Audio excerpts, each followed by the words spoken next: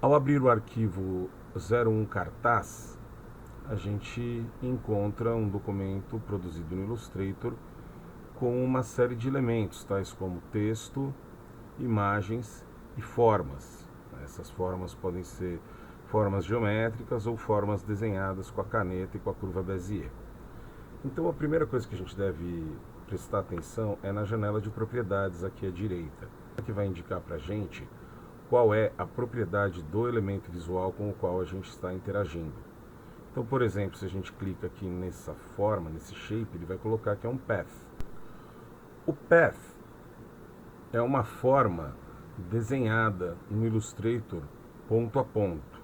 Diferente, por exemplo, quando a gente clica nesse círculo, que a propriedade dele é uma elipse, ou seja, ele é uma forma pré-determinada.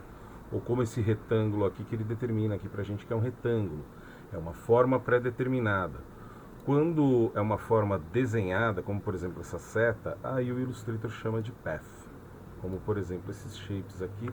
E esse aqui, por exemplo, é um polígono. Então nós temos formas pré-determinadas, como círculos, retângulos e polígonos, e formas que nós desenhamos, como os paths.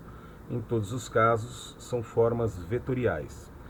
Agora, quando a gente clica aqui nessa imagem, ele já mostra pra gente que é uma image, ou seja, uma imagem. Mesma coisa aqui embaixo, a barra de propriedades exibe pra gente que é uma image, uma imagem. Quer dizer, esse é um arquivo de imagem, um arquivo composto por pixels e não por vetores, que foi importado aqui dentro do Illustrator. Então a gente tem path ou algum outro tipo de forma, como retângulo, elipse, polígono, e também as propriedades de elementos que são os textos, que a gente encontra aqui como type.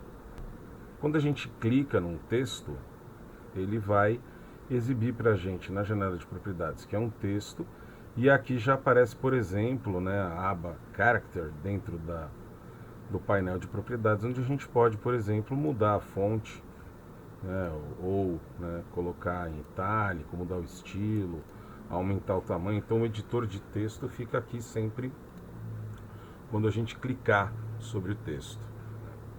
Então muito do que a gente vai fazer aqui dentro do Illustrator, né, as ferramentas vão já aparecer na janela de propriedades, alguns atalhos, né, para as principais ferramentas que a gente utiliza vão estar aqui. É importante sempre a gente perceber qual é a propriedade do objeto com o qual a gente está interagindo.